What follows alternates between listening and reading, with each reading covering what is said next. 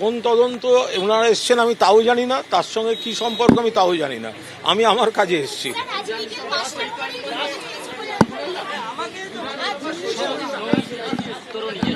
আমি বলতে পারবো না, আমি সিআইডি কেন এসছেন এ বিষয়ে আমি কোনো মন্তব্য করতে পারবো না। আমি এটুকু বলছি, আমি একটা কাজে আমার আসারই ছিল, আমি সেই কাজেই আমি এসেছি।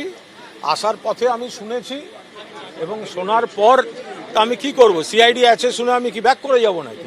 আমি এসেছি, এবার ভেতর থেকে আমাকে যাওয়ার জন্য বলছেন, আবার সিআইডির যারা রয়েছেন তারা এখন ভেতরে যেতে অনুমতি দিচ্ছেন না, এখন সেই জন্য আমি দাঁড়িয়ে আছি। দেখি ये तो लीगल मैटर है, उसके ऊपर कोई कमेंट नहीं करूंगा। মমতা বন্দ্যোপাধ্যায়ের বাড়ি লাগোয়া পার্টি অফিসে সিআইডি, অন্যদিকে ক্যামাক স্ট্রিটেও সিআইডির আধিকারিকরা গিয়েছেন। আর আপনারা ইতিমধ্যে জানেন যে আজ বিকেল 5টার সময় অভিষেক বন্দ্যোপাধ্যায়কে যে সমন ধরানোর পর আসার কথা বলা হয়েছিল, সেই ডেডলাইন শেষ হয়। তার কিছুক্ষণ আগে ফের সিআইডিকে চিঠি দিলেন অভিষেক বন্দ্যোপাধ্যায়। তিনি আরও খানিকটা সময় চেয়েছেন। তিনি বলছেন যে এই মুহূর্তে রাজ্যের বাইরে রয়েছি, হাইকোর্টে গিয়েছি, তাই আজ ভবানী ভবনে যেতে পারছি না। অভিষেক বন্দ্যোপাধ্যায় এই মর্মে চিঠি দিয়েছেন। হাজিরা এড়িয়ে ফের সময় চেয়েছেন অভিষেক বন্দ্যোপাধ্যায়। ডেডলাইন শেষের কিছুক্ষণ আগেই সিআইডিকে তিনি চিঠি দেন। বর্তমানে রাজ্যের বাইরে রয়েছি, হাইকোর্টে গিয়েছি, তাই এখন ভবানী ভবনে যেতে পারছি না, সিআইডিকে চিঠিতে উল্লেখ করেছেন অভিষেক বন্দ্যোপাধ্যায়, সূত্রে খবর।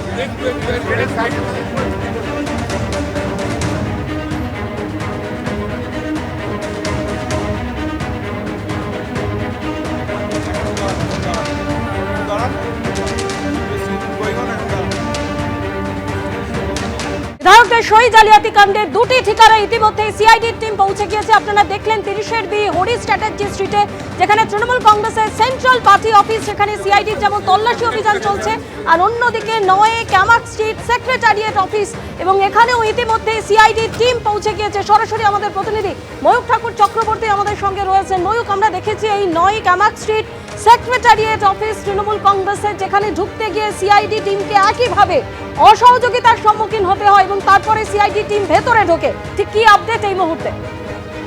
দেখো, আধ ঘন্টার বেশি সময় হয়ে গেছে। সিআইডির অফিসারেরা তারা ক্যামাক স্ট্রিটে অভিষেক ব্যানার্জির যে অফিস বা সেক্রেটারিয়েট অফিস, সেখানে তারা এসেছেন।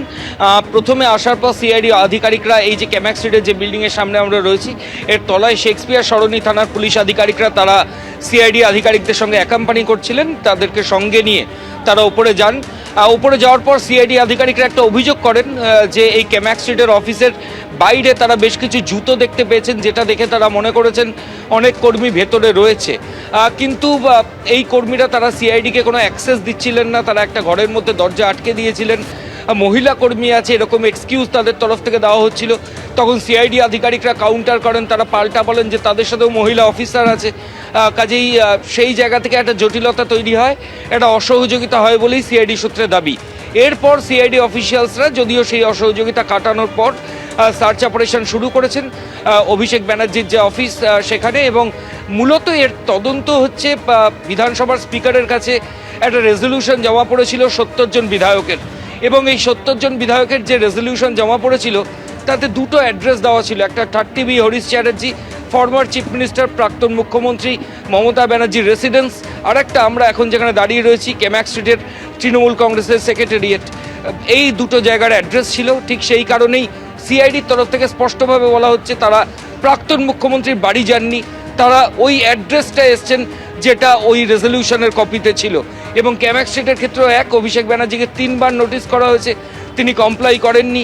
আজকে বিকেল 5টার মধ্যে আসার কথা ছিল, সেই ক্ষেত্রেও এখনো পর্যন্ত রেসপন্স নেই। সেই জায়গা থেকে দাঁড়িয়ে অভিষেক ব্যানার্জির যে অফিস সেখানে তারা এসেছেন, এবং যেহেতু এই অফিসের নামও রয়েছে, ঠিক সেই কারণেই আমি সন্দীপকে বলবো অফিসের ভেতরের ছবিটা যদি সম্ভব হয় দেখানোর জন্য। এখন বাইরে থেকে এইভাবেই কোল্যাপসল গেট বন্ধ, ভেতরে বেসরকারি নিরাপত্তারক্ষীরা রয়েছেন, শেক্সপিয়ার সরণি থানার পুলিশ আধিকারিকরা রয়েছেন।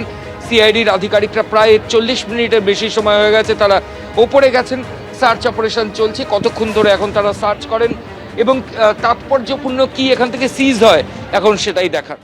এবিপি আনন্দ, এগিয়ে থাকে, এগিয়ে রাখে।